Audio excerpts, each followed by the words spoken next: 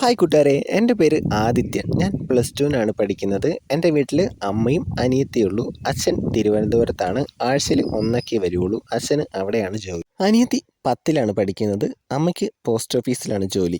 ഞാനും അനിയത്തിയും ഒരേ സ്കൂളിലാണ് പഠിക്കുന്നത്. അമ്മ ഇപ്പോഴും അവളെ സ്കൂൾ ബസ്സിലാണ് വിടുന്നത്.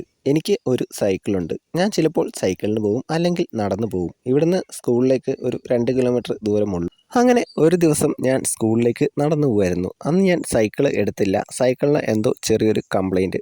പെട്ടെന്ന് പുറകിലൂടെ ഒരു സ്കൂട്ടി വരുന്ന സൗണ്ട് കേട്ട് ഞാൻ സൈഡിൽ ഒതുങ്ങി നിന്നു. സ്കൂട്ടി എൻ്റെ അടുത്ത് കൊണ്ടുവന്ന് നിർത്തി. എടാ കയറടാ.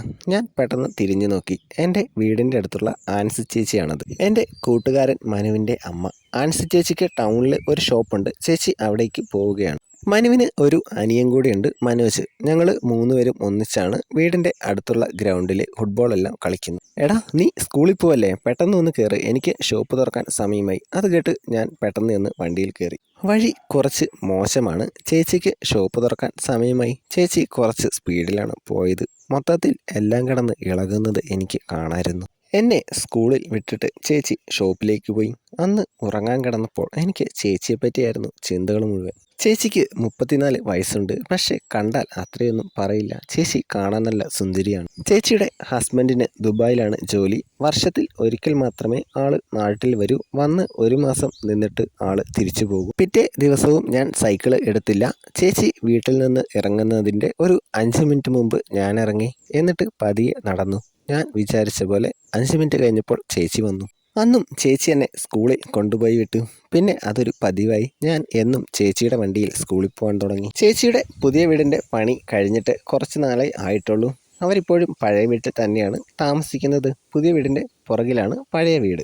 ഒരു ദിവസം ഞാൻ ചേച്ചിയോട് ചോദിച്ചു, ചേച്ചി എന്നാണ് നിങ്ങൾ പുതിയ വീട്ടിലേക്ക് മാറുന്നത്? ചേച്ചി പറഞ്ഞു, ഹസ്ബൻഡ് 2 മാസത്തോടെ കഴിയുമ്പോൾ വരും, അപ്പോൾ മാറാമെന്നാണ് വിചാരിച്ചിരിക്കുന്നത്. പിന്നെ പുതിയ വീട്ടിൽ കുറച്ച് പണിയുണ്ട്, അത് അപ്പുറത്തെ വീട്ടിലെ സന്തോഷ് ചേട്ടനാണ് ചെയ്യുന്നത്. അപ്പോഴാണ് ഞാൻ ആ കാര്യം ഓർത്തത്. ചേച്ചി ഷോപ്പിൽ പോവാത്ത ദിവസം സന്തോഷ് ചേട്ടൻ പുതിയ വീടിൻ്റെ പണികൾ ചെയ്യാനായി ഇടയ്ക്കിടയ്ക്ക് പോകുന്നത് കാണാം. ഞാൻ വൈകുന്നേരങ്ങളിലെല്ലാം ചേച്ചിയുടെ വീട്ടിൽ പോകും. മനുവിൻ്റെയും മനോജിൻ്റെയും കൂടെ കളിക്കാൻ. അവന്മാർ ചില ദിവസമൊന്നും കളിക്കാൻ വരില്ല. TV-യിൽ ഏതെങ്കിലും നല്ല സിനിമയുണ്ടെങ്കിൽ അവന്മാർ അത് കണ്ടിരിക്കും.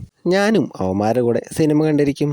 ചേച്ചി അടുക്കളയിൽ പണിയായിരിക്കും. ഞാൻ ഇടയ്ക്കിടെ ചേച്ചിയുടെ അടുത്ത് പോയി ഓരോന്ന് സംസാരിച്ചുകൊണ്ട് നിൽക്കും. TV നോക്കിയിരുന്നാൽ അടുക്കളയിലുള്ള കുമ്പളങ്ങയും ചക്കയും ഒന്നും കാണാൻ പറ്റില്ല. പിറ്റേ ദിവസം ഞാൻ സ്കൂളിലേക്ക് പോകാനിറങ്ങിയപ്പോൾ ചേച്ചി അതാ മുറ്റത്ത് നിൽക്കുന്നു. ഞാൻ ചോദിച്ചു, ഇന്ന് ചേച്ചി വരുന്നില്ലേ, ഷോപ്പ് തുറക്കുന്നില്ലേ?